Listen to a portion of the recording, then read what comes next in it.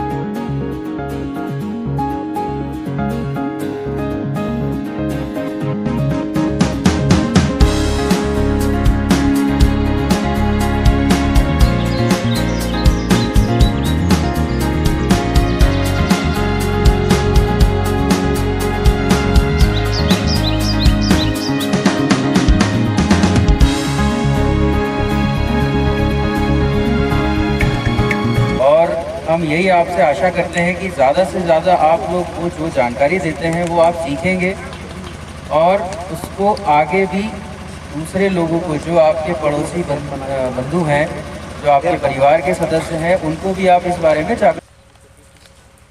कभी आग लगी हुई जंगल में आग लगती है ना। अच्छा, जंगल में जब आग लगती है तो कौन बुझाता है भैया? जंगल में जब आग लगती है कौन बुझाता है? जल्दी बोलो जल्दी। कभी आप लोग गए हैं जंगल में आग बुझाने? आपके पिताश्री, काकाश्री गए हैं जंगल में आग बुझाने? नहीं। तो अभी ये भी नहीं मालूम हो कब जंगल में आग लगी या नहीं लगी, ये भी नहीं मालूम होगा ना, कभी लगी थी या नहीं लगी थी, है ना बेटे? क्या है ये जंगल में, मैंने बताया आग लगती है ना तो क्या होता है, इससे नीचे जितने छोटे छोटे जीवाणु हैं और छोटे छोटे पौधे हैं और बहुत सारे बीज हैं, वो सब जल जाते हैं जंगल में आग लगती है ना। जब जंगल में आग लगती है तो जब जंगल में आग लगती है तो उसको बुझाने के लिए हमारे जो चौकीदार होते हैं, हमारे जो पूरा अमला, पूरा हमारे जो फॉरेस्ट गार्ड होते हैं, हमारे जो डिप्टी साहब होते हैं, हमारे जो रेंजर साहब होते हैं, हमारे जो एसडीओ साहब भी होते हैं, जो भी मौके पर है वो उसको बुझाने के लिए आता है। किसको? आग बुझाने के लिए जंगल में। लेकिन उसमें सबसे महत्वपूर्ण रोल किसका होता है? जो गांव नज़दीक होता है वो गांव वालों का होता है। उनको मालूम रहता है कि कहीं आग लगी है तो हमको बुझाने जाना ही जाना है ना, जाना ही जाना है। और एक आवाज़ में सब लोग निकल जाते हैं। उनको समझता है कि जंगल में जब आग लगती है तो उसके क्या नुकसान होते हैं, ठीक है ना। तो सबसे ज़्यादा बड़ा रोल जो है इसमें आग बुझाने में किसका होता है? गाँव वाले। और वैसे फिर फॉरेस्ट डिपार्टमेंट के पास कानून भी है, अगर कोई गाँव वाला नहीं आएगा तो क्या होगा? उसके खिलाफ अपराध कायम कर देंगे, गुनाह कायम हो जाएगा, उसको सजा हो सकती है। लेकिन सामान्य तौर पर वन विभाग वाले ऐसा नहीं करते। क्यों नहीं करते? कि गांव वाले ऐसे होते ही नहीं है ना, ठीक है कि नहीं। अच्छा, अब ये पेड़ जो पड़ा हुआ है, ये पेड़ कैसे पड़ा हुआ है? आग लगने के कारण आग लगा है, आग से जलने के कारण। बेटे ऐसा नहीं है बिल्कुल भी। ये पहले हवा धुंध से गिरा है तूफान में, है ना, और फिर उसके बाद में जब नीचे पड़ा था तो इसमें आग लगी, है ना। आग कैसे लगी? क्यों? इसमें घास में आग लगी इसलिए उसमें भी लग गई। लेकिन ये आग भैया बुझी हुई दिख रही है, तो इसका क्या मतलब हुआ? क्या मतलब हुआ? अगर आग बुझती नहीं तो क्या होता? पूरा जल जाता। इसका मतलब साफ है कि आग हमारे गांव वालों ने और हमारे जो वन विभाग वालों ने आग बुझाई है, ठीक है कि नहीं। सर ये पेड़ का है? ये पेड़ तो सागौन जैसी दिख रहा है ना, सागौन ही है वो तो, सागौन। अच्छा, अब देखिए ये जंगल में पेड़ पड़ा है ना, तो ये जंगल में पेड़ पड़ा रहना चाहिए कि नहीं पड़ा रहना चाहिए? या उठा के ले जाए? जल्दी बताओ भाई। अच्छा, सोचते रहो, जल्दी बताओ। आप लोग 5-6 इधर आ जाओ। पड़ा रहेगा तो कोई फायदा है जंगल को? यहाँ खड़े हो। कोई फायदा नहीं है, कोई फायदा नहीं है। तुम लोग बहुत शर्माते हो। उसके बाद तो शर्माना नहीं, आज तो शर्माना बिल्कुल संकोच करना छोड़ दो। वो लोग गलत होंगे तो कोई आपको यहाँ पनिशमेंट नहीं मिलेगी, कोई सजा नहीं मिलेगी, कोई डांटेगा नहीं ना। जो मन में आता है वो बोल। कोई फायदा लग रहा है? कोई फायदा होगा? पेड़ पड़ा हुआ, कटा हुआ पड़ा है।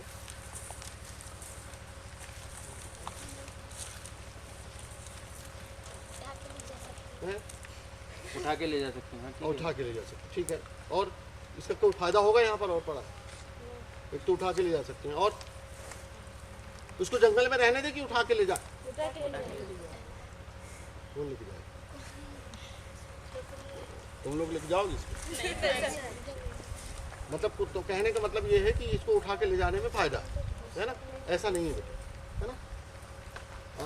मैडम आप भी ध्यान से सुनते रहे, तो बाद में आप बच्चों को बता देना, मतलब जो है अगर सामने कभी भूल कर दिया तो ये क्या होगा यहाँ पर, अगर ये यही रहेगा।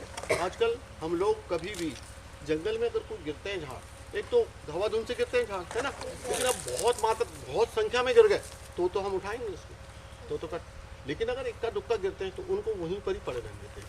ये क्या होता है, देखिए ये लकड़ी पड़ी हुई और ये लकड़ी पड़ी हुई, ये देखें, ये क्या हो रहा है? लकड़ी पड़ी है, क्या हो इसमें कुछ दिख रहा है? क्या दिख रहा है? क्या दिख रहा है? कुछ लगा हुआ खराब हो रही है, खराब हो रही है मतलब सड़ रही है। तो सड़ा कौन रहा है इसको? दीमक। दीमक सड़ाती नहीं, दीमक खाती है ना? तो दीमक लग के क्या होगा? मिट्टी बनेगी। इसी तरह से ये भी जो है दीमक इसमें लगेगी और मिट्टी बनेगी। अभी अब आगे चलोगे ना तो इसकी जो छाल रहती है ना मरे हुए पौधे की, तो छाल के नीचे बहुत सारे जीव जंतु मैं दिखाऊंगा आपको, है ना? अच्छा, ये झाड़ दिख रहा है, अपन बात करेंगे। ये झाड़ ये देखिए, ये हमारे औषधि में प्रयोग होता है। हमारे यहाँ माँ बहनों को, बेटियों को जब डिलीवरी होती है तो उस समय इसके लड्डू, इसमें लड्डू में इसमें उपयोग होता है। ये बहुत गर्म होता है, बहुत पौष्टिक भी होता है ये, ठीक है ना? तो उसमें भी उपयोग होता है, बहुत सारी औषधि में भी उपयोग होता है ये। लेकिन ध्यान से सुनो आप लोग, अभी वर्तमान में क्या हो रहा है कि लोग क्या करते हैं कि ज़्यादा दूध निकालने के लिए गाय और भैंसों को इंजेक्शन लगाते हैं। क्या नाम है उसका? ऑक्सीटोसिन, है ना? लेकिन वो इंजेक्शन लगता तो है, लेकिन जो निश्चित रूप से गाय और भैंस को, उनके शरीर को नुकसान होता है, टॉक्सिक होता है, वो यानी जहरीला होता है, बाद में वो जहर असर करता है। इसी तरह से हमारे जो ये गोंद के झाड़ है, इसी तरह से हमारे जो गोंद के झाड़ है, आजकल इनमें भी पहले इंजेक्शन लगता था, उसका नाम है इथोपेन पेराक्विट, और आजकल कुछ मतलब ऐसी दवाइयाँ या केमिकल या रसायन उसको कट लगा के और उसमें डाल देते हैं, तो वो क्या है, गोंद उससे 5-6 गुना ज़्यादा निकलता है, ठीक है ना? और ये प्रथा ये चालू हो चुकी है। ये 2 साल पहले लगभग मेरी जानकारी में आई थी, और ये अब बहुत सारे स्थानों पर इसका उपयोग गोंद निकालने वाले कर रहे हैं, है ना? और ये गोंद निकालने वाले नहीं, गोंद निकालने वालों को नहीं मालूम था ये जो ठेकेदार होते हैं, हाँ 1/4 चला जी, फिर 1/4 टू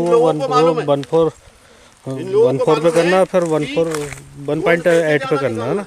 तो वो लाते हैं ये दवाई और ये केमिकल कट लगाते हैं, ऐसा ही का है कुल्लू के झाड़ में, पहले है ना? तो इससे ध्यान रखना है, अगर कोई ऐसा करता है, 1.8 साहब है, तो उनको 1.4 1.8 पे किसी की भी जानकारी में आए तो ये बताना बहुत जरूर है, क्योंकि ये 4 क्या होता है, वो भी जहरीला होता है, और एक न एक दिन ये पेड़ सेकंड वाला उससे मर जाएगा, 1.8, ठीक है ना? तो हम लोग फिर उसमें एटअप का साइज होगा, वो एटअप चला, पेड़ जो जंगल में कम हो, जब ये पेड़ मर जाएंगे गोद में मिलेगा हमको, हाँ उस पर क्रॉप करो, ठीक है ना?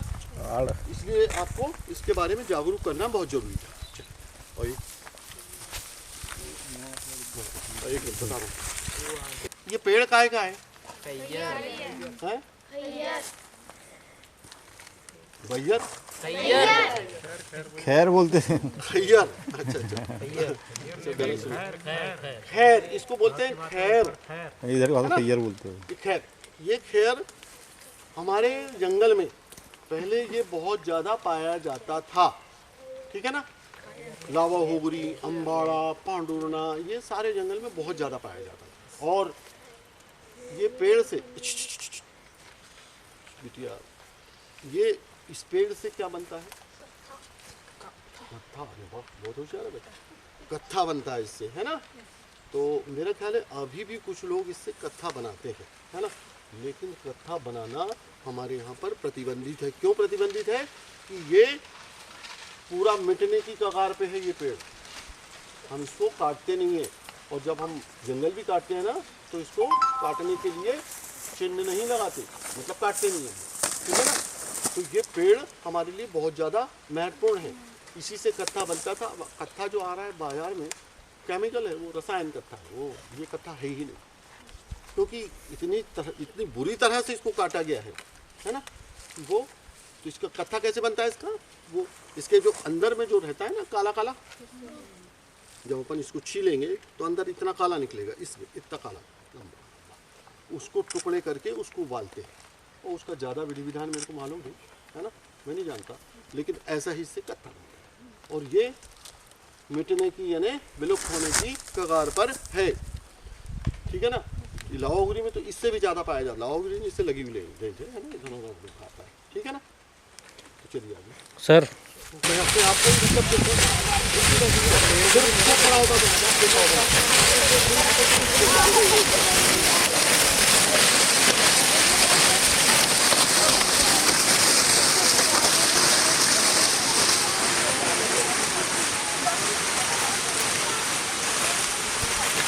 ये लेंडिया के पौधे तैयार करने में फेल है।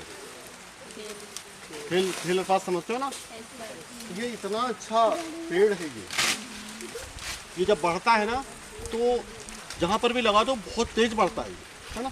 इसको अगर यहाँ से काट दो तो इसके 10 वो निकलते हैं, बड़े बड़े अपन मोटे मोटे झाड़ काटते हैं ना, तो इसके 10 पीके निकल जाते हैं और वो कुछ सीधे सीधे जाते हैं, वो बल्लियाँ बन जाती हैं। तो बल्ली के काम में आता है, जड़ाऊ के भी काम में आता है। और जंगल में ये बहुत सारा मतलब बल्लियाँ बनेंगी तो बल्लियों के काम में आएगा। तो हमारा जो है ना बहुत सारी अवैध कटाई इससे रुकेगी अगर ये ज़्यादा हो गया तो, है ना। लेकिन इसको ज़्यादा हम इसलिए नहीं कर पा रहे हैं कि इसके पौधे हम तैयार नहीं कर पाते। इसका जो बीज होता ना, अगर उसको बोते हैं ना तो उसमें से कहीं 100 में से एक हाथ निकल गया तो निकल गया, नहीं तो नहीं निकलता। और उसका कारण क्या है ये समझ में आता नहीं है। तो हमारे वैज्ञानिक है ना जो, अब उसको धीरे धीरे देख रहे हैं कि क्या करना चाहिए, या फिर वो उसके वो क्लोनल इसके वो इससे बनते हैं ना, क्लोनल बनते हैं, इसकी कोशिकाओं से बनते हैं पौधे, वो वैसा कुछ करेंगे।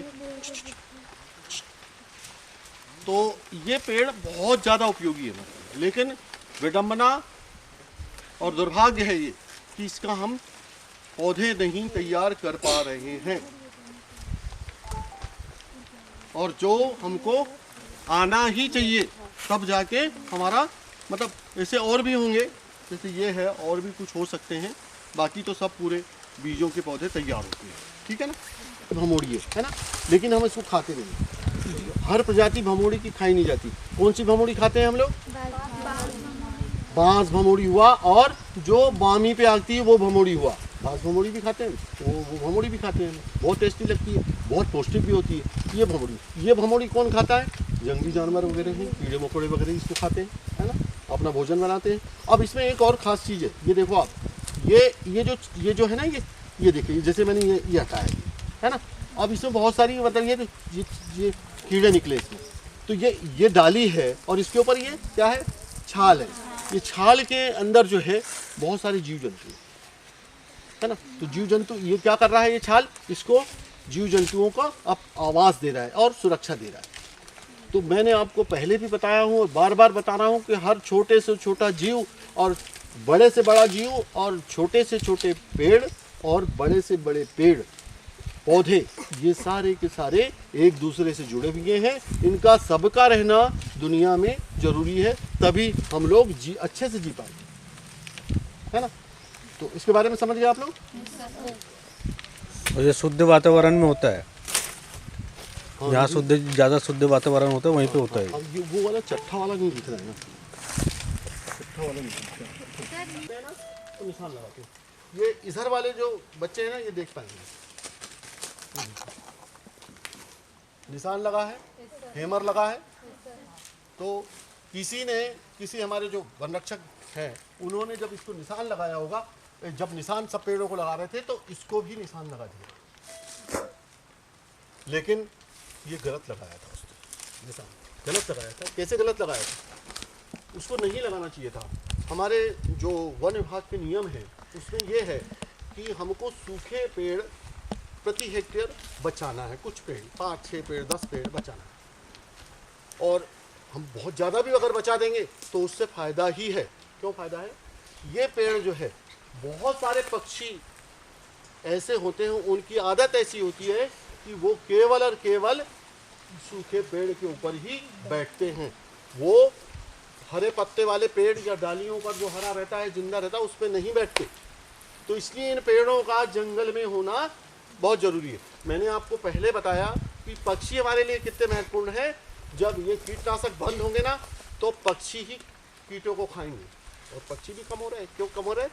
कि सब जहरीली दवाइयाँ अपन डाल रहे हैं ना, तो वो भी खा ले रहे हैं, वो भी मर रहे हैं, है ना। तो ये हमको पक्षियों को बचाना बहुत ज़रूरी है। इसलिए ये पेड़ जो है यहाँ पर खड़ा है। और फिर उसके बाद अगर ये गिरेगा भी तो सड़ेगा और क्या बनेगा? मिट्टी बनेगी, ठीक है ना। चलिए अपन चलते हैं आगे। हाँ सूरज।